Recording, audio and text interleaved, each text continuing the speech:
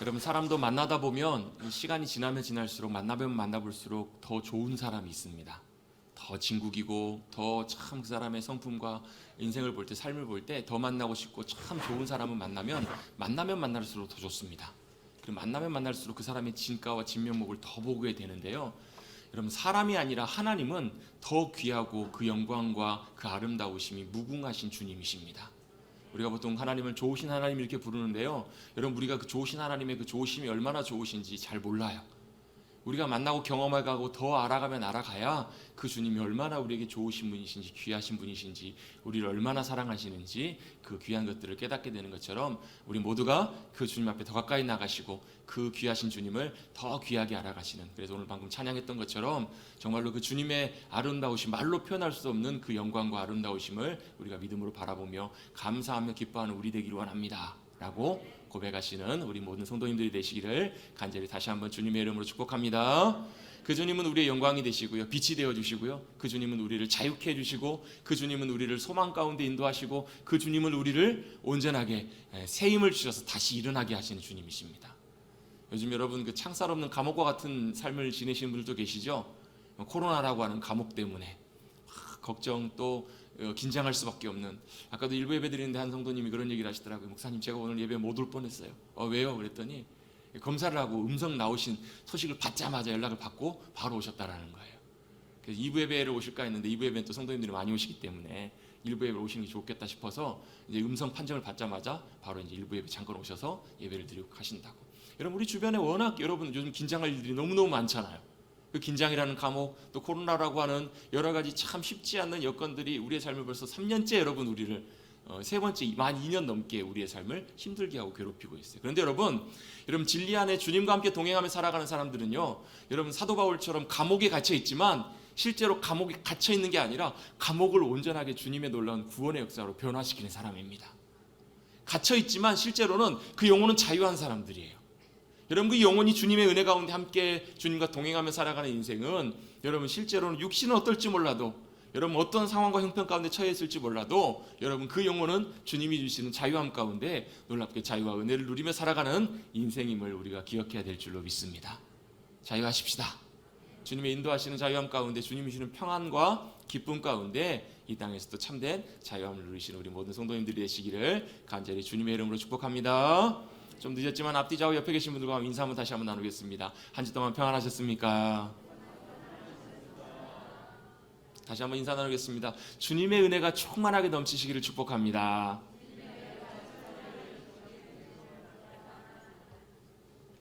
너무 좋으신가 봅니다. 저기는 옆에 성가대 동네는 참 좋으신가 봅니다. 여러분, 주님의 은혜가 우리 가운데 함께할 때 우리에게는 세상이 줄 수 없는 참된 기쁨과 은혜와 평강을 누릴 수가 있습니다. 오늘 우리가 성경 본문을 통해서 만나볼 한 인물도요, 그 주님이 주실 그 은혜를 또 모르긴 모르지만 막연하게라도 기대하며 나온 한 사람의 이야기가 오늘 성경에 기록이 되어 있습니다. 바로 오늘 성경에는 니고데모라고 하는 사람의 이야기가 나오는데요, 한밤중에 니고데모가 예수님을 찾아오는 이야기로부터 오늘 본문이 시작이 됩니다. 1절에 보시면 바리새인 중에 니고데모라고 하는 사람이 있습니다. 근데 그 사람 어떤 사람이냐면 유대인의 지도자다 이렇게 표현되어 있습니다. 이 니고데모라고 하는 사람의 표현이 1절에 보면 두 가지가 나오는데요, 바리새인이다 라는 그 표현이 나오고요, 또 한 가지는 유대인의 지도자다. 예전 성경에 보면 유대인의 관원이다 이렇게 표현이 되어 있는데, 관원이다, 지도자다, 이 표현은 아르콘이라는 단어를 번역해 놓은 단어인데요, 이 단어는 원래 통치자, 우두머리, 권세자 이런 것을 사용할 때 사용하는 단어입니다. 그러면 이 니고데모가 어떤 사람인가를 어느 정도 추측해 볼 수 있는데, 일단 첫 번째로 바리새인이고요, 두 번째로 유대인의 지도자, 또 굉장히 높은 직급에 있는 권세가 있는 권력이 있는 사람이었습니다. 여러분 아마 성경 읽으시면서 아마 사네드린 공의회라는 걸 들어보셨을 거예요. 사네드린이라고, 그 사네드린이라는 기관이 어떤 기관이냐면, 그 당시에 유대 이스라엘은 로마의 통치 아래 있었지만 로마의 통치권과 상관없이 자치적으로 유대 이스라엘을 다스렸던 권력 기관이 있습니다. 우리로 치면 입법부와 사법부에 해당되는 모든 것들을 결정하고 모든 것들을 이렇게 재판할 수 있는 가장 강력한 권한이 있는 최고의 권력 기관이 어디냐면 사네드린 공의회라는 그 권력 기관이에요. 그 기관은 유대인 그 당시의 인구가 대략 한 50만 명 정도 된다고 보는데요. 그 사내들인 공회 회원은 맥시멈 71명, 70명 정도밖에 안 되는 아주 사실은 극소수의 그 권력자들, 지도자들 그 가운데 한 사람이 누구였냐면 바로 니고데모라고 하는 사람이었습니다. 그리고 이 바리새인이라고 표현된 이 표현도 어떤 사람들을 바리새인이라고 하냐면 대략 한 6천 명 정도로 추산을 하는데요. 그 사람들은 철저하게 원래 바리새라는 말이 분리주의자라는 표현인데 뭐의 분리주의자라는 거냐면 세상의 세속적인 모든 것들로부터 자신의 삶과 모든 것들을 다 분리해서 철저하게 하나님의 말씀대로만, 율법의 말씀대로만 순종하면서 지키기를 살아가기로 결단하고 실제로 그렇게 살아갔던 사람들이 바로 누구냐면 바리새인들이에요. 그러니까 바리새인들은 철저하게 종교적으로나 모든 면에서 볼 때 가장 완벽한, 가장 하나님의 말씀대로 엄격하게 살려고 애썼던 사람들, 흠을 찾아보기 힘든 사람들이 바로 바리새인들이었다라는 거예요. 자, 그러면 이 니고데모라고 하는 사람이 어느 정도의 어떤 사람인지 대략적으로 이 1절 말씀에 표현된 표현으로도 어느 정도 알 수 있습니다. 바리새인이고요. 그 다음에 사내들인 공의회 회원일 만큼 굉장한 대단한 권력을 갖고 있는 사람, 대단한 사실은 모든 것을 다 이룬 그런 사람이라고도 볼 수 있습니다. 그런데 그가 언제 주님을 찾아오냐면요, 주님을 만나기 위해 찾아오는데 2절 말씀에 보면 그가 밤에 예수께 와서 이런 표현이 나와 있습니다. 언제 주님을 만나러 왔냐면 밤에 만나러 옵니다. 밤에. 또 이제 그 니고데모에 대한 표현이 여기 직접 1절 2절에 나오지 않지만 뒤에 부분에 보면 또 한 가지 표현이 나오는데 예수님께서 니고데모에게 대해서 이렇게 표현하십니다. 10절에 보면 너는 이스라엘 선생으로서 이러한 것을 알지 못하느냐. 이 선생이란 말, 이 말은요 어떤 의미냐면 그 당시에 성경에 가장 박식하고 성경을 가르칠 만한 충분한 자격이 주어진, 쉽게 말하면 요즘으로 말하면 성경 박사인 사람들, 성경 교사들을 향해서 이렇게 선생이라고 일반적으로 보통 불렀어요. 뭐 랍비라고 부르기도 했고요. 이런 대단한 사람이 예수님을 만나러 왔다라는 것은 사실은 보통 일이 아닙니다. 근데 언제 왔냐면 밤에 예수님을 찾아와요. 밤에. 왜 밤에 왔을까요? 여러분 지금이야 밤에 다니면 뭐 가로등도 다 켜져 있고 뭐 불빛도 환하기도 하고 해가지고 밤에 다녀도 뭐 별로 사실 크게 불편함 없이 다 다닐 수가 있습니다. 뭐 물론 뭐 시골 지역이나 이런 데는 뭐 사람이 없는, 인적이 없는 데는 조금 어둡겠지만 대체적으로 그래는 지금 우리가 살아가는 일상 속에서는 밤에 다니는데 사실 큰 별로 어려움 겪지 않아요. 그런데 뭐 불과 뭐 한 30년 전 40년 전만 해도요 여러분 가로등 없는 동네도 굉장히 많이 있었잖아요.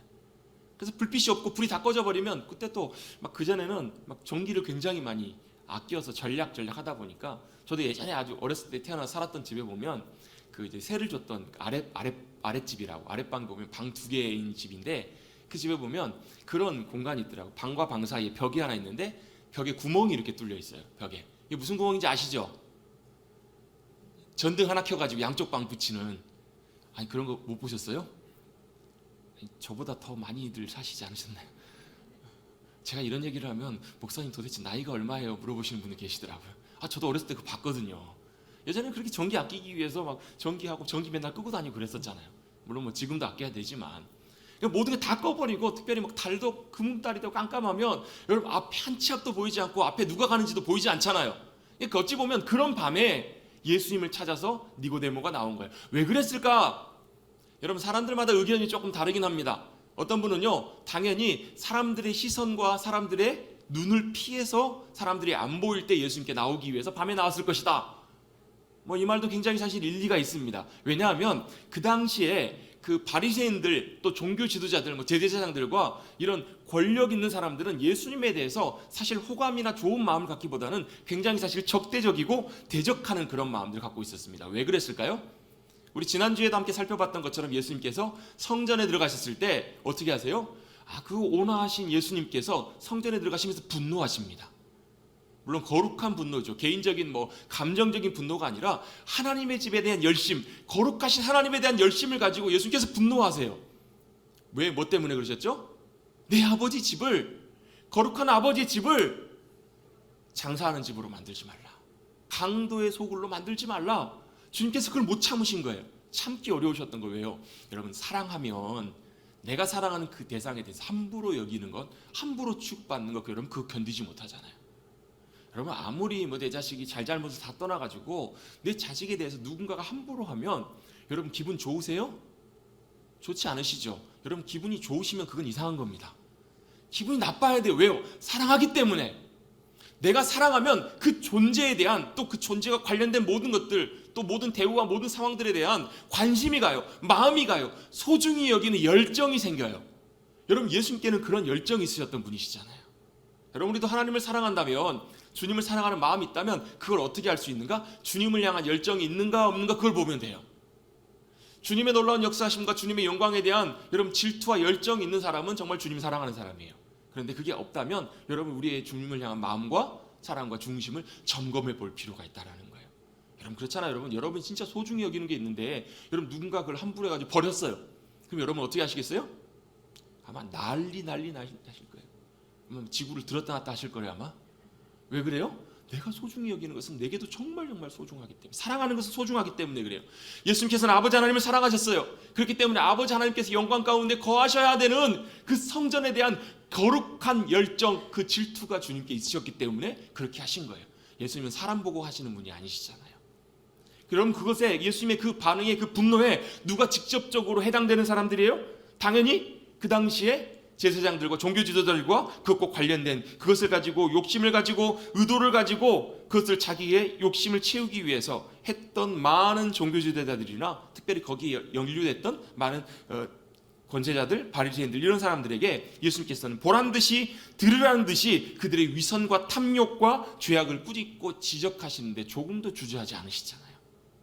예수님께서는 기꺼이 사람을 보지 않고 하신 것이 아니라 여러분 기꺼이 그들을 꾸짖고 지적하세요. 말씀하세요. 여러분 그 자신을 공격한다고 생각하는 사람들은, 여러분 그렇게 예수님이 그렇게 말씀하셨을 때 우리를 공격하네? 라고 여기는 사람들은요, 예수님께서, 하나님께서 보내신, 이 땅에 보내신 그들을 자신을 위해서 구원하시기 위해서 보내신 구원자 메시아라는 사실을 보지 못하는 거예요.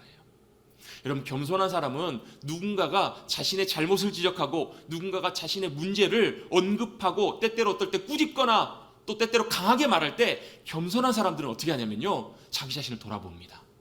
자기 자신을 잘 다시 한번 점검하고 혹시라도 자기가 빗나간 것이 없는가, 잘못된 것이 없는가 잘 돌아보는 마음을 가진 사람이 겸손한 사람이에요. 그런데 겸손하지 않는 사람들은요, 대부분의 경우가 누군가가 나의 잘못을 지적하거나 때때로 누군가가 나를 강하게 이렇게 꾸짖거나 대하게 되면 어떻게 반응하냐면 이렇게 반응합니다. 저 사람이 나를 공격하네? 나에 대해서 적대시하네? 나를 공격하네? 나를 해코지하네? 함부로 하네? 이런 마음이 들기 시작하면서 어떤 마음이 드냐면 굉장히 강하게 저항하게 되고 나도 같이 공격하는 그 자리까지 나가게 된다는 거예요. 여러분 겸손한 자들이 되십시다. 겸손한 사람이 되십시다. 누군가가 나에 대해서 그렇게 얘기할 때 겸손한 사람들은 늘 자기 자신을 돌아봐요. 상대방의 어떤 말이나 그런 태도나 이런 것들을 보기 전에 먼저 자기 자신을 항상 점검하고 돌아보는 사람, 특별히 누구의 앞에서? 하나님 앞에서. 하나님 앞에 자신을 늘 점검하고 돌아보는 사람이 진짜 겸손한 사람이에요. 그런데 여러분 내 입장에서, 내 자리에서 내 의도와 욕심을 가지고 보기 시작하면 여러분 모든 것들이 때때로 바른 말을 하는 그 말들도 여러분 왜곡되어서 들리고 보여요. 그래서 진짜 보아야 될 것을 보지 못하고 진짜 들어야 될 소리를 듣지 못하고 놓쳐버린다는 거예요. 여러분 우리 믿음도 마찬가지고 신앙도 마찬가지예요. 여러분 교회 안에서도 믿음으로 살아갈 때도 마찬가지입니다. 진짜 보고 들어야 될 것을 자기의 생각과 마음이 가려져서 못 보고 못 듣게 된다면 그것처럼 여러분 안타까운 것이 없다는 거예요. 여러분 많은 문제들이 사실 여기서 생깁니다.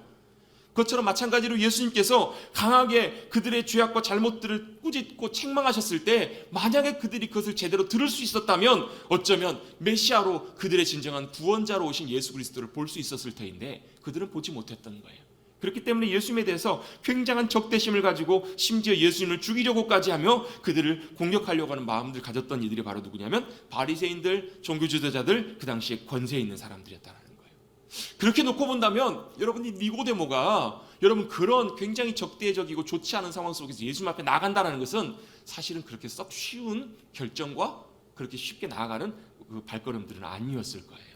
그렇기 때문에 어쩌면 사람들의 눈을 피해서 몰래 조심히 예수님을 만나기 위해서 그렇게 살짝 나갔을지 몰라요. 그런데 예수님께 나갔던 그 예수님의 만남을 위해서 나갔던 발걸음이 그냥 단순히 일회적이거나 그냥 개인적인 호기심, 일시적인 호기심으로 주님 앞에 나간 것은 아니었다라는 것을 어떻게 알 수 있는가? 그 안에 진심으로 주님을 향한 마음이 그 안에도 있었다라는 것. 물론 대낮에 사람들이 다 보고 말고 상관없이 내가 예수님을 신뢰하고 예수님을 믿기로 원합니다. 예수님을 따르기로 원합니다. 그렇게 결단하고 나간 것은 아니었잖아요. 한밤중에 왔던 것을 봤을 때 그렇게는 아니었을지 모르지만 그 안에도 예수님을 향한 중심과 마음이 있었다는 것을 어떻게 하냐면 나중에 뒷부분에 보다 보면 예수님에 대해서 함부로 정죄하고 판단하는 그들의 무리 가운데에서 예수님을 때때로 좀 적극적이진 않지만 소극적으로 예수님을 옹호하고 예수님 편에서는 니고데모의 모습을 보게 돼요. 또 언제 예수님께서 십자가에서 못 박혀 돌아가셨을 때 예수님이 돌아가셨을 때 그 당시에 그렇게 형벌을 받아서 죽게 되면 사형을 당하게 되면 누가 거두는 사람이 없으면 그냥 그 시신은 어떻게 해요? 그냥 폐기장에다가 쓰레기장에다가 그냥 폐기해버리고 버려버리는 것이 그 당시 관습이었다고 합니다. 그런데 그때 누가요? 여러분 그 당시 예수님께서 돌아가셨을 때 제자들도 다 무서워서 다 도망가 버리잖아요. 주변에 제자들도 아무도 없었어요. 근데 누가요? 그때 아리마대 사람 요셉 그리고 이 니고데모가 예수님의 장사를 위해서 장례를 위해서 자기를 위해 준비한 기꺼이 무덤을 내어주고요. 니고데모는요 많은 향품과 귀한 것들을 예수님의 장사를 위해서 가져오는 것을 보게 돼요. 그걸 놓고 볼 때 아마 이 니고데모도 그냥 일시적인 호기심으로 예수님을 만나기 위해서 온 것이 아니라 무언가 예수님을 향한 기대와 바람이 있었기 때문에 나간 것이 아니었겠는가. 그래서 혹자 어떤 분들은 니고데모가 밤에 예수님을 만나러 갔던 이 사건을 그냥 뭐 피해서 간 것도 있지만 예수님이 낮에는 워낙 사람들이 많고 주변에 복잡했기 때문에 사람이 그 밤에는 없을 것 같아서 조용하게 한적하게 예수님과 진지하게 중요한 대화를 나누기 위해서 밤에 예수님을 찾아갔을 것이다 라고 이렇게 짐작하는 분들도 계세요. 성경에 안 나와 있기 때문에 분명한 것은 알 수는 없지만 분명한 것은 이 니고데모가 예수님 앞에 나갔다라는 거예요. 예수님 앞에 나갔습니다. 그리고 나서 뭐라고 얘기하는가? 이 사건을 사실은 아무도 몰라요. 왜요? 뭐 밤에 몰래 살짝 갔으니까. 근데 예수님의 가장 가까이 늘 함께 수행했던 요한만 아마 이 니고데모의 방문을 보았을 것 같아요. 왜요? 요한복음에밖에 이 사건이 안 나오잖아요. 그래서 그 사건을 보고 이 예수님과 했던 대화를 요한이 기록해 놓은 내용들이 3장의 말씀이에요. 예수님께 가서 니고데모가 이렇게 얘기합니다. 자, 2절 같이 한번 보겠습니다. 그가 밤에 예수께 와서 이르되 한번 같이 한번 읽어볼까요? 시작. 라삐여 우리가 당신은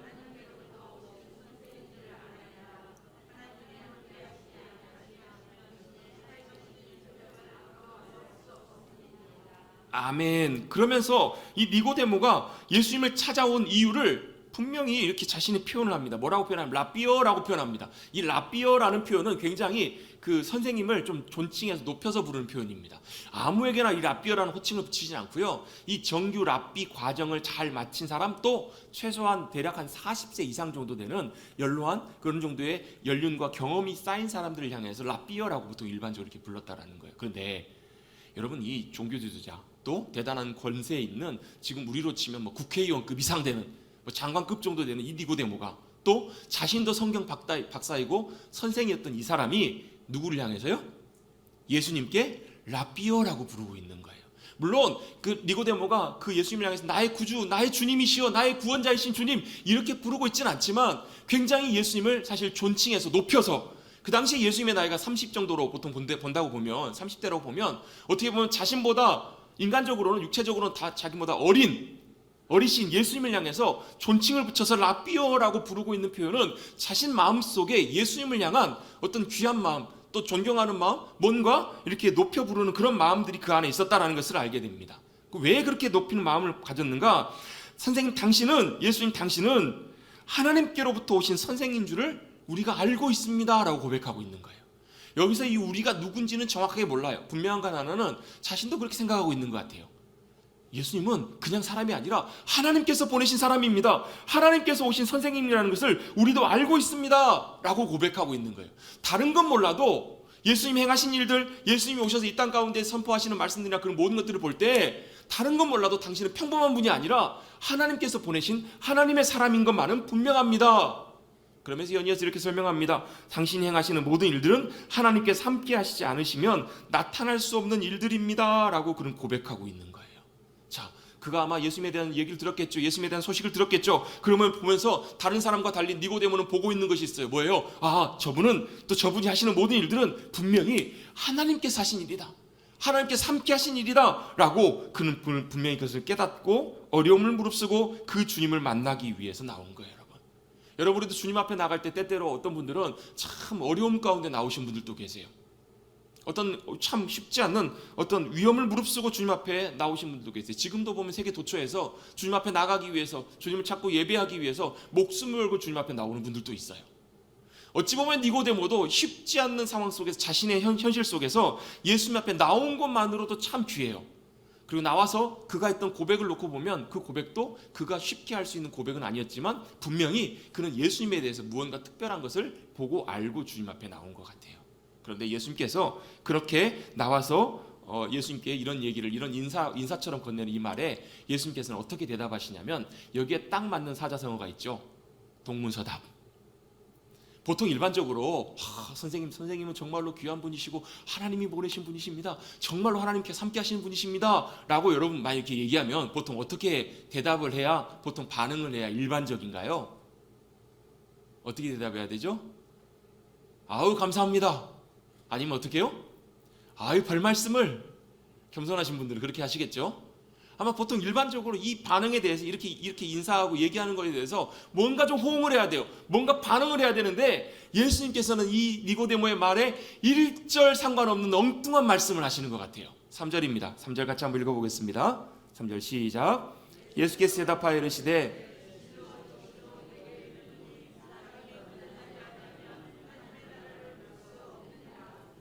아멘. 갑작스럽게 예수님께서 이렇게 말씀하십니다. 진실로 진실로 내게 이르노니. 잘 들으라는 말이에요. 진실로라는 말은 아멘이라는 말입니다. 아멘, 아멘. 그 말은 무슨 얘기냐면 굉장히 강조하고 있는 거예요. 진짜인데 정말로 다시 한번 강조해서 얘기한다. 잘 들어라. 뭐라고요? 사람이 거듭나지 아니하면 하나님의 나라를 볼 수 없다라고 주님 말씀하세요. 아니 갑자기 예수님을 칭찬하고 예수님 정말 하나님께서 보내신 사람인 것 같습니다 라고 말하는 이 니고데모에게 예수님께서 왜 이렇게 말씀하셨을까?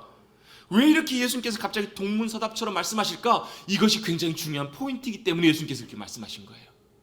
어쩌면 예수님께서는 니고데모의 마음을 훤히 다 들여다보고 계신 것 같아요. 왜요? 예수님께서는 니고데모가 왜, 어떤 마음으로, 무슨 고민을 갖고, 어떤 상황을 가지고 무엇이 궁금해서 예수님 앞에 나왔는지를 예수님은 어쩌면 이미 니고데모가 오기 전부터 다 알고 계셨던 것 같아요. 그래서 그가 더 나아가서 그가 알던 모르던 진짜 그에게 필요한 것이 무엇인지, 지금 그의 상황 속에서 가장 중요한 것이 무엇인지를 단도직입적으로 주님께서 말씀하신 거예요. 쉽게 말하면 본론만 말씀하신 거예요. 바로 서론 다 빼고 단도직입적으로 가장 중요한 본론을 예수님께서 말씀하고 계시는 거예요. 여러분 어쩌면 외모만 보고 겉으로만 놓고 보면 니고데모는 참 좋은 신앙인이에요. 참 좋은 종교적인 모습을 잘 갖고 있는 사람이에요. 나름대로 오를 만큼 높은 지위에 오른 사람이에요. 여러분 나름대로 인생으로 놓고 보면 성취할 만큼 좋은 귀한 것들은 다 이룬 사람이라고 볼 수 있어요. 뿐만 아니라 종교적으로 놓고 볼 때도 하나님의 말씀을 조금도 놓치지 않고 지키려고 노력하는 바리새인이에요. 아마 사람들이 봤으면 다 그의 신앙생활을 놓고 볼 때 다 인정해 줄 만한, 저 사람 정말로 하나님 앞에서 말씀대로 신앙생활 잘하며 살아간다, 그리고 또 다른 사람들로부터 인정받을 만한 성경 선생님이었어요. 그럼에도 불구하고 모든 것들이 다 갖춰져 있는 것처럼 보이는 그에게도 여전히 채워지지 않는 것들이 있었다라는 거예요. 여전히 해결되지 않는 갈급함과 부족함이 그에게 있었던 것을 누가 보신 거예요? 예수님께서 정확하게 보고 계셨던 거예요. 여러분 우리에게도 마찬가지입니다. 여러분 우리도 교회 다니면서 신앙생활하면서 또 나름대로 우리의 인생을 열심히 살아가면서 많은 것들을 성취하고 얻고 살아가요. 많은 것들을 바라보고 살아가요. 웬만한 것들을 다 얻고 이만하면 됐다 싶은 순간에도요, 여전히 우리 안에 남아있는 공허함과 채워지지 않는 그 빈 공간들이 우리 안에 다 있다는 것을 다 아실 거예요. 여러분 어느 정도 웬만큼 다 얻었다, 그럼에도 불구하고 만족되지 않는 이유는 여러분 하나님이 채워주셔야 되는 분명한 부분이 있기 때문에 그래요. 여러분 어떤 목사님이 그래다 이런 글을 쓰셨더라고요. 많은 하나님을 알지 못하는 사람들이 하나님은 없다라고 여기며 살아가지만 하나님은 안 계신 것이 아니라 하나님을 잃어버린 거라고요. 많은 사람들이 천국이 없다라고 생각하고 살아가지만 천국이 없는 것이 아니라 천국을 잃어버린 거라고요. 왜요? 여러분 그 마음 중심에 들어가 보면 그 영혼 가운데 반드시 해결되고 채워져야 될 그 문제가 있는데, 그 문제가 바로 뭐라고요? 거듭나야 된다라는 거예요. 저를 따라 같이 고백해 보겠습니다. 거듭나야 합니다. 거듭나야 합니다. 여러분 이 말씀을 오늘 우리에게 적용해 보면요, 여러분 교회 열심히 잘 다녀요. 심지어 헌금도 열심히 잘해요. 매 주일마다 예배드리고 헌금하고 봉사한다고 해서 내가 교회 등록교인이라고 해서, 심지어 어떤 경우는요 모태신앙이에요. 여러분 모태신앙이 뭐예요? 못해요 그래서 모태신앙이에요? 모태신앙은 뭐예요? 태 속에서부터, 엄마 뱃속에서부터, 어머니를 따라서 어머니 뱃속에서부터 교회 다닌 사람이에요. 다 좋아요, 여러분. 다 좋다 이거예요. 나름대로 여러분 하나님 앞에서 또 세상 앞에서 열심히 나름대로 잘 살아요. 그런데 여러분, 그것이 여러분 신앙인으로서 하나님 앞에서 여러 가지 이유와 근거가 나를 보장해 주는 것이 아니라는 거예요. 그것이 여러분 나를 보장해 주고 나를 온전하게 책임져 주는 것이 아니다. 거듭나야 된다. 거듭난 이가 되라 라고 주님은 분명히 말씀하시고 있는 거예요. 여러분, 거듭난 사람들은 어떤 증거가 있기 때문에 주님께서 그렇게 말씀하시는가? 오늘 3절에 보면 거듭나지 않으면 하나님의 나라를 볼 수 없다. 이 표현을 바꿔서 표현해 보면 이렇게 표현할 수 있습니다. 거듭난 자는 하나님의 나라를 볼 수 있다. 아멘. 거듭난 자는 어떠냐면요, 하나님의 나라를 볼 수 있다라는 거예요. 여러분, 거듭난 사람은 하나님의 나라를 보는 자들입니다. 여러분, 거듭난 자가 하나님의 나라를 본다는 것은요, 우리가 죽은 다음에 가야 될 영원한 천국을 소망 가운데 바라본다는 의미도 포함이 돼요. 여러분, 믿고 바라보고 계시죠? 우리에게 예비된 아버지의 집, 영원한 천국이 우리에게 약속되어 있으심을 믿으시죠? 아멘. 왜 이렇게 여러분 아멘으로 대답 못하시는 분들이 많으세요? 여러분, 거듭난 자들은 그걸 믿음으로 바라보고 고백할 수 있는 자들이라는 거예요. 뿐만 아니라요, 하나님의 나라를 바라본다라고 하는 것은 우리가 죽은 다음에 가게 될 그 하나님의 나라만을 소망하고 바라보는 것이 아니라 여러분, 이 땅 가운데 임하시는 하나님의 나라를 바라보고 살아가는 사람들이에요. 여러분, 우리 주기도문에서 늘 주님 기도하라고 하시잖아요. 나라가 임하시오며, 이 나라는 무슨 나라냐면 내 나라가 아니에요. 여러분, 하나님의 나라가 천국이 우리 가운데 임하게 하여 주십시오. 이 말의 의미는 무슨 얘기냐면요, 우리의 시선과 마음이 하나님의 나라에 가 있는 자들이에요. 하나님의 나라가 임하기를 사모하는 자들이에요. 여러분, 하나님의 나라가 우리 가운데 임하면 어떤 일이 벌어지냐면 바로 우리가 아버지로 모시고 살아가는 그 주님이 우리의 삶을 다스리시고 역사하시고 책임지신다라는 거예요. 어둠이 깨어집니다. 사단의 권세와 역사가 무너지는 것들을, 떠나가는 것들을 바라보게 돼요. 여러분, 하나님의 나라가 임하게 되면요, 여러분, 빛이 우리 가운데 임합니다. 하나님의 나라가 우리 가운데 임하게 되면 천국의 영광과 기쁨이 우리 가운데 풍성하게 부어집니다. 믿으시는 분만 아멘 하십시오. 여러분, 바로 그것이 하나님의 나라를 바라보고 누리는 삶이에요. 이 땅에서 저 가게 될 하나님의 나라가 실제 우리의 삶 가운데 임하게 돼요. 여러분, 캄캄한데요, 거기에 빛이 쫙 비춰지면 여러분 어떤 역사가 벌어져요? 어떤 일이 벌어져요? 아니, 환하게 밝아지잖아요. 어둠이 없어지잖아요. 여러분, 저와 여러분의 삶 가운데도 여러분 어둠이 찾아올 때가 있습니다. 어떻게 찾아와요? 염려와 근심과 걱정이 우리의 마음속에 여러분 구름처럼 쫙 몰려올 때가 있으세요? 없으세요? 있으세요? 없으세요? 여러분, 있어요. 그 찾아올 때가 있어요. 막 혼돈과 방황, 막 정신이 없을 때가 있어요. 여러분, 그럴 때가 있잖아요. 아무것도 보이지 않아요. 그때는 뭐가 오는 거예요? 여러분, 어둠이 우리를 덮고 있는 거예요. 어둠이 우리를 찾아오는 거예요. 여러분, 혼돈과 공허, 여러분 앞이 보이지 않잖아요. 여러분, 어떨 때 보면 진짜 막 헷갈리고 도대체 뭘 해야 될지 모르겠고 하나도 정신이 없을 때, 여러분, 그때는 뭐가 찾아온 거예요? 어둠이 찾아오는 거예요. 그때는 뭐가 필요해요? 빛으로 임하시는 주님의 나라의 역사하심들이 필요하다라는 거예요. 그때 여러분, 우리가 기도할 때 어떤 분들은 그렇게 기도하시는 분 계세요. 주님, 우리 가운데 혼돈과 이 어둠의 역사가 떠나게 해주십시오. 그러면 성령님께서 마치 뭐처럼요, 바람처럼 임하셔서 그 구름들을, 먹구름들을 싹 걷어가신다라는 거예요. 그럼 뭐가 보여요? 선명하게 하나님의 살아계심과 하나님의 함께하심과 하나님의 길과 하나님의 의도와 뜻이 선명하게 우리 가운데 정리가 되고 보여요. 그게 뭐예요? 빛의 역사하심이에요. 그게 뭐예요? 하나님의 나라가 우리 가운데 임하는 거예요. 여러분, 주님께서는 이 거듭난 자에게 하나님의 나라를 바라보며 하나님의 나라를 누리며 살아가는 귀한 은혜와 권세와 특권을 우리 가운데 주신 줄로 믿습니다. 그래서 여러분, 그 임하신 하나님의 나라를 바라보는 자들이 바로 거듭난 이들이에요. 또 여러분, 거듭난 사람들은 어떤 사람들이냐면 성령님을 따라 살아가는 사람들이에요.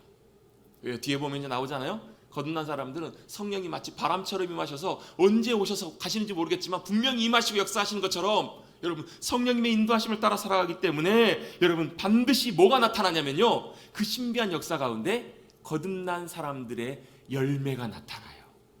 여러분, 거듭난가 안 나는 거 어떻게 하냐면 거듭난 사람들의 열매가 나타나는 거 아닌가를 보면 돼요.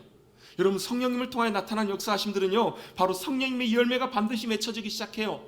우리의 삶을 통해서 세상이 나를 통해서 뭘 봐요? 빛을 봐요.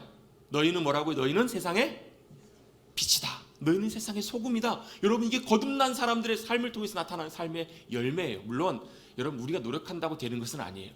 성령님께서 우리 가운데 역사하시고 우리가 성령님께 순종하고 성령님이 우리의 삶을 인도하실 때 나타나는 성령님의 열매이기 때문에 그래요. 또 때때로 어떨 때 우리가 거듭난 삶을 살아가게 될 때 성령님 인도하심을 따라가게 되면요, 어떤 일들이 벌어져요? 성령님의 열매가 맺히는데 용서하지 못한 사람들을 용서하게 돼요. 감당할 수 없는 일들을 감당하게 돼요. 여러분, 우리의 삶에 그리스도의 향기가 나타나기 시작해요. 또 우리의 삶에 주님 닮아가는 놀라운 변화들이 나타나기 시작해요. 그게 바로 뭐라고요? 그게 거듭난 사람들의 열매라는 거예요. 여러분, 예수님께서는 밤늦은 시간에 쉽지 않게 찾아온 니고데모에게 그에게 가장 필요하고 중요한 것이 무엇인지 분명하게 다시 한번 말씀해 주십니다. 뭐 하라고요? 거듭나야 한다고요. 거듭나야 한다. 그래야 하나님의 나라를 볼 수 있다. 그것은 성경에 대해서 많이 알고 그대로 살려고 노력하고 애쓰고 나름 인정받고 세상적으로 성공하고 갖춰졌을지 모르지만 그게 진짜 중요한 것이 아니라는 거예요. 어느 누구도 예외 없이 거듭나야 한다. 예수님은 그것을 위해서 이 땅에 오셨기 때문에 그렇습니다. 근데 예수님께서 이렇게 거듭나야 한다는 말씀을 니고데모가 듣고 나름 성경의 선생이라고 부르는 니고데모가 예수님의 말씀을 잘 이해하지 못하는 것을 보게 돼요. 여러분, 우리도 사실 이 거듭남에 대한 내용들을 잘 이해하지 못할 때가 참 많아요. 4절에 한번 보시면 니고데모가 이르되 사람이 늙으면 어떻게 날 수 있사옵나이까? 두 번째로 모태에 들어갔다가 날 수 있사옵나이까? 이 거듭난다라는 말을 니고데모는 어떻게 이해하고 있냐면 육신적으로 거듭나는 걸 말해요. 육신적으로 다시 태어난다는 얘기는 우리가 엄마 뱃속에서 한번 태어났기 때문에 니고데모가 생각할 때는 거듭나기 위해서는, 다시 태어나기 위해서는 어떻게 해야 돼요? 엄마 뱃속에 다시 들어가야 된다고. 근데 이미 우리가 늙었는데 어떻게 엄마 뱃속에 다시 들어갑니까? 불가능하잖아요, 여러분. 들어가 보신 분 없으시죠? 아무도 못 들어가요. 도대체 이해가 안 되는 거예요. 불가능한 일이지 않아요, 주님. 어떻게 늙었는데, 나이가 들었는데 모태로 다시 들어갑니까? 라고 예수님께 반문합니다. 예수님께서 말씀하시는 이 거듭난다라는 의미와 니고데모가 이해하고 있는 이 거듭난다라는 의미가 좀 다르다라는 거예요. 여러분, 많이 알고 있다고 여러분 진리를 깨닫는 것은 아닙니다. 여러분, 우리가 잘 알고 있다고 해서, 내가 오래 알았다고 해서 제대로 깨닫는 것도 아니에요, 여러분. 여러분, 매 순간순간마다 우리를 깨닫게 하시는 성령님의 도우심과 은혜가 우리 모두에게 필요한 줄로 믿습니다. 어느 누구도 예외 없이요. 저도 마찬가지고 우리 모두도 성령님께서 깨닫게 해주시는 도우심과 은혜가 있어야 여러분, 하나님의 영적인 놀라운 진리들은 깨달아지게 돼요. 자, 예수님의 거듭난다는 의미가 무슨 의미인가? 여러분, 이 거듭난다라는 말, 이 단어에는요 두 가지 뜻이 있는데요. 아노텐이라는 이 단어에는요 다시라는 말도 있지만 시작부터라는 말도 있고 다시라는 말도 있는데요. 그것보다 사실 더 중요한 의미가 있는데 바로 뭐냐면 위로부터라는 의미가 있어요. 무슨 의미가 있다고요? 위로부터. 거듭난다라는 것은 다시 난다라는 의미도 있지만 또한 동시에 무슨 의미가 있냐면 위로부터 난다라는 거예요. 자, 위로부터 난다는 의미가 무슨 말이냐면 위로부터 계시는, 위에 계시는 하나님으로부터 태어나는 것을 말하는 거예요. 여러분, 거듭난다는 것은 우리 엄마 뱃속으로 다시 들어가서 태어나는 것이 아니라 바로 하나님 아버지로부터 다시 태어난다는 것을 말해요. 그래서 여러분, 어떻게 태어나는 것을 의미하는가? 물과 성령으로 나지 아니하면 하나님의 나라에 들어갈 수 없다라고 다시 한번 설명해서 반복해서 말씀해 주고 계십니다. 여러분, 거듭난다는 것이 무슨 뜻이라고요? 위로부터 나는 거예요. 하나님께로부터 다시 태어나는 거예요. 어떤 방법으로? 물과 성령으로. 물과 성령으로 다시 태어나는 것, 그게 바로 거듭남의 의미라고 주님 말씀하세요. 그러면 또 한 가지 짚고 넘어가야 될 것이 이것입니다. 물과 성령으로 거듭나야 된다라고 말씀하시는데, 물과 성령으로 난다라는 것이 여러분 무슨 뜻일까요? 물과 성령으로 난다. 여러분, 이 물일까요? 여러분, 이 물에 대해서도 여러분 여러 견해들이 있는데요.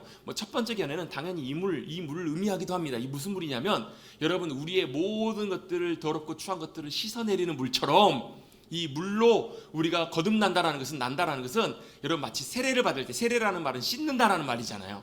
그래서 여러분 예스겔 36장 말씀에도 그런 말씀이 나와요. 하나님께서 하나님의 백성들을 다시 회복시킬 텐데 내가 그들을 데리고 와서 물로 그들을 다 정결하게 씻기고, 그리고 그 안에 나의 영을, 성령을 그 안에 넣어서 그들이 나의 백성이 되게 하겠다라는 주님의 말씀이 있어요.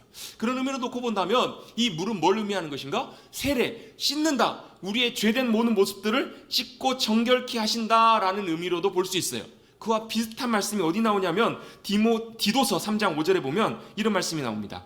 우리를 구원하실 때 우리가 행한 바 의로운 행위로 말미암지 아니하고 오직 그의 긍휼하심을 따라 중생의 씻음과 성령의 새롭게 하심으로 하셨나니. 자, 우리를 구원하신 그 구원하심이 어떻게 하신 거냐면 우리가 의롭게 착하게 살고 우리의 행위로 난 것이 아니라는 거예요. 어떻게 됐다고요? 그의 긍휼하심을 따라서 중생의 씻음과 성령의 새롭게 하심으로 우리를 그렇게 구원하셨다라는 거예요. 이 말씀을 놓고 보면 이 물이라는 의미를 우리를 씻고 새롭게 하시는, 이 바로 정결케 하시는 물이라고도 볼 수 있어요. 또 한 가지는 이 물을 뭘로도 볼 수 있냐면 말씀으로도 볼 수 있습니다. 이 근거는 뭘 보면서 말씀하시냐면 베드로전서 1장 23절에 보면 이렇게 말씀하고 있어요. 너희가 거듭난 것은 썩어질 씨로 된 것이 아니요 썩지 아니할 씨로 된 것이니 살아있고 항상 있는 하나님의 말씀으로 되었느니라, 이렇게 말씀을 해요. 자, 저와 여러분이 거듭난 것이 뭘로 된 것이냐면 썩어질 씨로 된 것이 아니라 썩지 아니할 것으로 된 것인데, 이게 바로 뭐라고요? 하나님의 말씀이라는 거예요. 자, 우리가 물로 거듭난다는 것은 하나님의 말씀으로 거듭난다는 의미를 그 안에 포함하기도 해요. 또 어떤 분들은 이 부분을 이렇게 설명하기도 합니다.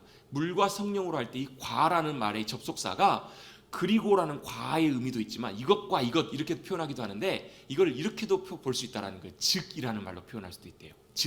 즉은 뭐예요? 물, 성령. 이 말은 무슨 말이에요? 물과 성령이 같은 의미라는 거예요. 그래서 여러분 이 물을 성령과 같은 의미로 보기도 합니다. 그래서 여러분 정리해보면요, 이 물은 우리를 경건케 하고 깨끗이 씻으시는, 쉽게 하시는 세례와 같은 그런 의미로도 볼 수 있고요, 말씀으로도 볼 수 있고 성령으로도 볼 수 있다는 거예요. 중요한 것은 이것이 다 같이 함께 사용되는 말인데, 여러분 이 거듭난다라는 말은 한마디로 다시 완전히 태어나는데 무슨 방법으로? 우리의 방법으로가 아니라 하나님의 방법으로 우리가 새롭게 태어나는 것을 말하는 거예요. 여러분 우리가 일반적으로 사회에서도 거듭난다는 표현을 써요. 예를 들면 뭐 정치인들이나 뭐 어떤 분들이 이렇게 얘기를 해요. 어떤 큰 과오나 실수가 있을 때 우리가 결단하면서 뭐라고 해요? 우리가 다시 거듭나겠습니다. 이 의미가 무슨 의미예요? 완전히 다 뜯어고치고 개혁하고 혁신하겠습니다. 이런 의미로도 우리 거듭난다는 말을 쓰잖아요. 근데 이런 의미가 전혀 아니고, 이 성경에서 나온다는 다시 태어난다는 말은 완전히 다시 태어나는 거예요. 어디로부터요? 하나님으로부터, 위로부터, 성령님의 놀라운 신비의 역사로. 그래서 여러분 우리가 그 태어날 때는 바람이 부는 것처럼 우리가 그걸 정확하게 알지는 못해요. 근데 분명한 것은 새로 태어나는 것, 그게 진짜 거듭남이라는 거예요. 여러분 우리는 완전히 거듭난다는 것은 새로 태어나야 합니다. 아멘? 완전히 새로 태어나는 거예요. 이것은 여러분 무슨 의미가 있냐면 이런 거예요. 여러분 돼지가 있습니다. 돼지가 있는데요, 돼지를 너무 사랑해서 돼지를 데리고 와가지고 깨끗하게 씻깁니다. 씻겨도 뭐가 나요? 냄새가 나잖아요. 돼지 냄새를 가리기 위해서 사람이 쓰는 값비싼 향수를 가져와가지고 돼지에게 막 치치치 뿌려가지고 맨날 며칠 뿌려가지고 향수가 완전히 배게 했어요. 그리고 안 되겠다, 너도 옷을 입어야 되겠다, 좋은 턱시도 양복을 하나 맞춰가지고 돼지에게 쫙 입혔어요. 그래서 집으로 쫙 데리고 들어왔습니다. 그건 뭐예요? 사람이에요? 여전히 돼지예요. 무슨 돼지인가? 향기 나는 양복 입은 돼지예요. 여러분 이게 뭘 의미하는 줄 아세요? 여러분 이 이야기가? 여러분 사람이요 열심히 노력합니다. 그래가지고 우리의 성품을 좋게 바꿔요. 참 잘 살아보려고, 착하게 살아보려고 열심히 노력합니다. 열심히 이것저것 인격적으로도 노력하고 많이 노력해가지고 어떻게 해요? 야, 하나님의 자녀처럼 살아보려고, 또 참 선한 사람처럼 살아보려고 인격적으로도 열심히 노력하고 삽니다. 근데 여러분 그 사람은 어떤 사람인 줄 아세요? 인격적으로 선하고 착하고 좋은 죄인이에요. 여러분 돼지가 여러분 사람 옷 입고 향기 난다고 해서 사람이 아닌 것처럼, 여러분 인격적으로 우리가 훌륭하게 노력한다고, 여러분 그렇게 애쓴다고 여러분 하나님의 자녀 의인이 되지 않는다라는 거예요. 여러분 아담과 우리의 조상인 아담과 하와가 죄인이 되었어요. 죄를 지음으로 말미암아 죄인과 죄인이 결혼해서 아이를 낳았습니다. 그 아이도 안타깝지만 죄인이에요. 백인과 백인이 결혼하면 백인이 납니다. 흑인과 흑인이 결혼하면 흑인이 납니다. 여러분 개가 새끼를 낳으면 뭐가 나요? 사람이 나지 않아요. 그래서 그렇기 때문에 여러분 죄인은 여러분 절대로 죄인이 나면 날수록 사람으로부터 나면 죄인일 수밖에 없다라는 거예요. 딱 한 가지 방법밖에 없습니다. 아무리 노력해도 인격을 가다듬고 선을 행해도 향기 나는 죄인일 수밖에 없어요. 유일한 방법은 다시 하늘로부터, 위로부터, 하나님으로부터 다시 태어나는 방법밖에 없다라는 거예요. 그래서 여러분 거듭난다는 것은 위로부터 다시 태어나는 것을 말합니다. 위로부터 다시 태어나면 하나님의 자녀가 돼요. 여러분 이것은요 신비입니다. 여러분 우리의 논리로 이해하지 못해요. 왜 이해하지 못하는가? 여러분 저희도 이제 막내가 태어났지만, 여러분 아이가 태어나면요, 여러분 아이가 태어날 때 아이가 하는 게 있어요, 없어요? 아이가 하는 건 별로 없어요. 누가 하는 거예요? 아빠 엄마가 다 수고해서 애를 낳는 거예요. 애가 뱃속에서부터 나는 이제 이렇게 노력해갖고 이렇게 준비해야 되겠다, 이거 준비해 가야 되겠다, 이렇게 태어나야 되겠다, 그렇게 하는 아이들은 한 아이도 없어요. 여러분 아이가 태어나는 것은 전적으로 누구에게 달린 거예요? 엄마 아빠에 달린 거예요. 여러분 저와 여러분이 거듭나는 것도 다시 태어나는 것도 저와 여러분에게 달린 것이 아니라 누구에게 달린 거예요? 아버지 하나님께 달린 거라는 얘기예요. 우리는 뭘 하면 되는 거예요? 여러분 그 주님을 믿고 의지하고 그 주님을 믿음으로 신뢰하는 것, 의지하는 것, 거기에 모든 것이 다 달려있다라는 거예요. 여러분 다시 태어나는 것은요, 태어나는 것은 부모의 역할인 것처럼 여러분 우리가 다시 하나님 앞에서 태어나는 것도 하나님이 하시는 역사이고 하나님의 역할이고 하나님이 하셔야 되는 그런 일이라는 거예요. 할렐루야. 여러분 혹시 그런 생각 가져보신 적 없으세요? 내가 그때로 돌아가면 내가 그렇게 안 할 텐데, 내가 다시 태어나면 절대로 그 사람 안 만날 텐데. 여러분 옆에 계신 배우자분 말고요. 아니시죠? 내가 다시 태어나도 당신 사랑하고 사시겠죠? 아니세요? 내가 그때 그 사람을 안 만났어야 되는데, 내가 그때 그렇게 안 했어야 되는데. 여러분 그렇게 후회해 보신 적 있으세요, 없으세요? 그런 생각 드실 때 있잖아요. 내가 정말 다시 태어났으면, 내가 다시 과거로 돌아가 보면. 안타깝지만 여러분 다시 돌아갈 수 있는 방법은 없습니다. 그런데 진짜 감사한 것이 하나 있어요. 여러분 우리는 하나님 안에서 다시 태어나는 놀라운 은혜가 우리 가운데 주어졌다라는 거예요. 여러분 다시 태어나면 정말로 내가 금수저 물고 태어나면 정말로 행복하게 살 텐데, 내가 다시 태어나면 정말로 외모도 그렇고 모든 능력과 자질도 다 갖추고 태어나면 정말 좋을 텐데. 여러분 그런 기대하지 않으셔도, 여러분 우리는 믿음 안에서 은혜 가운데 하나님의 그 영광스러운 주님의 자녀로 새로 태어나는 놀라운 거듭남의 역사를 우리 가운데 선물로 허락받은 줄로 믿습니다. 다시 주님께서 하나님의 아버지의 자녀로 태어날 수 있는 놀라운 은혜를 우리 가운데 허락해 주셨다는 거예요. 여러분 하나님의 자녀로 거듭난 인생은, 여러분 우리의 인생의 시간이 끝나도, 여러분 마치 제 어렸을 때 예전에 한참 놀다 보면 때때로 어머니가 늦게 들어오시거나 그러면 좀 늦게 들어가야 할 때 어둑어둑해지는데 친구들은 다 가는데 혼자 밖에 이렇게 골목에 공터에 놀고 있으면 참 마음이 쓰잔하더라고요. 여러분의 인생이 맞춰졌을 때도 돌아가야 될 집이 있어야 되는 것처럼, 여러분 하나님 아버지 안에서 거듭난 우리의 인생은 아버지 하나님께서 예비해 주신 아버지의 집으로, 그 품으로 저와 여러분 우리 모두를 인도하여 주시고 영원한 안식과 기쁨으로 주님께서 함께해 주실 줄로 믿습니다. 그것이 우리 가운데 약속되어 있다는 거예요. 여러분 돌아갈 집이 없으면 여러분 얼마나 안타깝겠어요. 여러분 한 병원의 원목 목사님이 그런 기록을 쓰셨더라고요. 병원에서 원목으로 섬기고 있는데 한 젊은 친구가, 20대밖에 안 되는 젊은 친구가 큰 교통사고가 나가지고 병원에 실려왔는데 너무 중상이 심해가지고 혼수 상태, 의식이 없는 거예요. 너무 마음이 아파가지고 그 청년에게 찾아가서 의식이 없는 청년을 향해서 기도하면서, 하나님 이 청년이 구원받은 자입니까? 하나님의 자녀입니까? 거듭난 사람입니까? 기도하고 있는데 갑자기 그 청년이 눈을 번쩍 뜨더라는 거예요. 의식이 돌아와가지고요. 번쩍 뜨면서 뭐라고 하냐면 다급한 목소리로, 목사님이세요? 목사님이세요? 저에게 이렇게 급박스럽게 갑작스럽게 죽음이 찾아오리라고는 상상도 못했어요. 저는 죽은 다음에 천국 가고 싶어요. 목사님, 저에게 천국 가는 길, 구원받는 길을 저에게 좀 알려줄 수 없으세요? 저에게 좀 알려주세요. 다급한 목소리로 부르짖더라는 거예요. 그 목사님이 그래요, 알겠어요, 제가 구원받는 방법 알려드릴게요. 예수님 믿으면 돼요 하면서 성경을 찾아서 복음의 말씀을 전하려고 하는데 그 청년의 의식이 다시 돌아가 버린 거예요. 의식을 잃어버린 거예요. 그리고 안타깝게도 그 청년의 의식이 돌아오지 않고 돌아갔다는 거예요. 죽었다는 거예요. 그 사실이 너무나 충격적이기도 하고 너무나 안타깝기도 해서 그 사실을 적은 거예요. 여러분 주님께서 오늘 본문 말씀을 통해서 거듭나야 한다라고 말씀하시면서 결론적으로 이렇게 말씀하십니다. 15절입니다. 15절 같이 한번 읽어보겠습니다. 시작. 이는 그를 믿는 자마다, 거듭난다라는 것은 하나님 안에서 다시 태어나는 거예요. 그것은 뭐와 똑같은 표현이냐면 믿는 자는 영생을 얻게 하려 함이라라는 말씀과 같은 의미예요. 여러분 믿는다라는 말은 무슨 말이에요? 본다라는 거예요. 뭘 보는 거예요? 내가 의지적으로 보고 그것을 보면서 전적으로 의지하는 거예요. 그러면서 주님께서 이 말씀을 설명하시기 위해서 그 앞에 무슨 말씀을 같이 예를 드시냐면 광야에서 불뱀 사건을 예를 드세요. 그 당시 이스라엘 백성들이 하나님 앞에 원망하고 불평하다가 불뱀을 보내셔가지고 다 물려 죽었어요. 수만 명의 그 사람들이 불뱀 때문에 물려 죽었어요. 그때 안타까워하는 모세가 하나님 앞에 기도할 때 하나님께서 뭐라고 말씀하시냐면, 뱀의 모양과 똑같은 뱀을 모양을 노수로 만들어서 장대 위에 달라. 그걸 본 사람은 살 거다라는 거예요. 여러분 뱀에 물리면 해독을 해야죠. 치료받아야지. 그거 본다고 살아요, 안 살아요? 그거 본다고, 뱀에 안 물려보셔서 다 잘 모르시나 봐요. 뱀에 물린다고 그거 본다고 안 살아요, 여러분. 근데 여러분 주님께서 그걸 말씀하셨고 그 주님의 말씀을 믿고 순종해서, 왜요? 그거 한 가지밖에 방법이 없기 때문에, 그거밖에 의지할 것이 없기 때문에 전적으로 신뢰해서 믿음으로 나와서 바라본 사람은 살았다라는 거예요. 여러분 이것이 믿음입니다. 여러분 그 당시 나무에 달린다라는 것은요, 바라보기 위해서 다는 것도 있지만 또 한 가지는 어떤 의미가 있냐면 신명기 21장에 보면 나무에 달린 자는 다 저주받은 자다라는 표현이 나와요. 이 사건은 뭘요? 나무에 달려서 돌아가실, 십자가에 달려서 돌아가실 예수님을 예표적으로 보여주는 사건이에요. 뭐 하라는 거예요? 나무에 달려서 십자가에 달리셔서 우리의 모든 저주와 우리의 모든 형벌과 우리의 모든 사망과 심판과 모든 것들을 다 짊어지시고 책임지시고 돌아가신 예수님을 바라보라는 거예요. 바라보는 자는 어떻다고요? 산다라는 거예요. 그게 바로 믿음이에요, 여러분.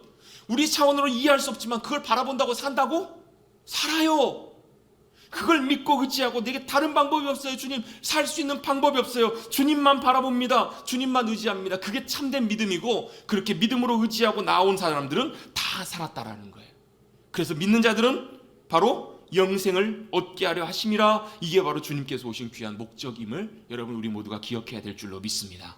여러분, 거듭난 자들은 영생을 약속받은 자들입니다. 하나님의 나라를 보는 자들입니다. 그래서 여러분, 물과 영으로 성령으로 거듭난 사람들은 하나님의 말씀이 깨달아지고 들려지기 시작해요. 하나님을 아버지로 부르는 것이 자연스러워지기 시작해요. 하나님을 향한 사모하는 마음과 사랑하는 마음이 생기기 시작해요. 그리고 주님을 향한 기쁨들이 생겨요. 물론 그런 경우 있습니다. 나는 거듭난 하나님의 자녀 같은데 주님 자녀 같지가 않아. 아무리 봐도 그렇게 못 살아. 그래서 나는 자격이 없는 것처럼 보여요. 여러분, 자격이 없는 것처럼 보여도 거듭난 하나님의 자녀는 여러분, 부모가 자식이 아무리 되바라지고 못 살아도, 여러분 막 살아도 부모는 자녀를 버리지 않습니다. 여러분, 할 수만 있다면 아버지의 부모의 기쁨으로 살아갈 수 있으면 좋겠지만 우리에게는 그런 능력이 없기 때문에 성령님의 도우심과 능력으로 살아가야 되는 것이 우리의 숙제이긴 하지만 여러분, 그것이 여러분 거듭난 존재가 아니라는 것을 말하는 것은 아니라는 거예요. 여러분, 우리 마음속에 하나님을 향한 그런 안타까움, 답답함, 그리고 심지어 그렇게 살지 못한 것에 대한 가책과 그런 마음들이 있는 것 자체가 뭐라는 거예요? 거듭났다라는 증거라는 거예요. 여러분, 우리가 거듭난 자로 살아갈 때 여러분, 성령님께서 우리 가운데 오셔서 역사하셔서 성령님의 놀라운 열매를 맺는 여러분 그런 귀한 삶이 되시기를 주님의 이름으로 축복합니다. 성령님께 순종하려고 하는 그런 의지가 생겨요. 그래서 여러분, 성령님께서 내 안에 끊임없이 역사하시고 일하실 때 주님 앞에 믿음으로 순종해서 들어가 살아가는 삶, 그 삶이 바로 거듭난 삶이라는 거예요. 여러분, 혹시 가운데 계신 분 중에서 아직 거듭나지 않으신 분 계십니까? 여러분, 나를 위해서 십자가에서 내 모든 죄와 저주와 모든 것들을 짊어지시고 심판과 사망을 다 주님께서 지시고 십자가에 달려 돌아가신 그 주님을 바라보십시다. 그리고 그 방법밖에는 다른 방법이 없음을 믿고 전적으로 신뢰하시고 그 주님을 나의 구주로, 나의 주님으로 모셔드리십시다. 그것이 바로 거듭나는 중요한 방법과 길입니다. 그럴 때 성령님께서 반드시 우리 모두를 통해서 역사하실 줄로 믿습니다. 거듭나셨습니까? 거듭나신 분들이십니까? 이제는 거듭남의 귀한 열매를 맺어 가십시다. 거듭남의 열매를 따라 주님의 기뻐하시는 귀한 열매를 맺어가며 이 땅 가운데 참된 하나님의 나라를 바라보는, 하나님의 나라를 이 땅 가운데 나타내는 귀한 빛과 소금처럼 귀한 주님의 복된 자녀들로 주님의 기쁨으로 살아가시는 저와 여러분 우리 모두가 되시기를 간절히 주님의 이름으로 축복합니다. 거듭나야 합니다. 또 거듭나신 분들은 감사하며 주님 믿음으로 따라가시는 우리 모두가 되시기를 다시 한번 주님의 이름으로 축복합니다. 하나님 아버지, 감사합니다.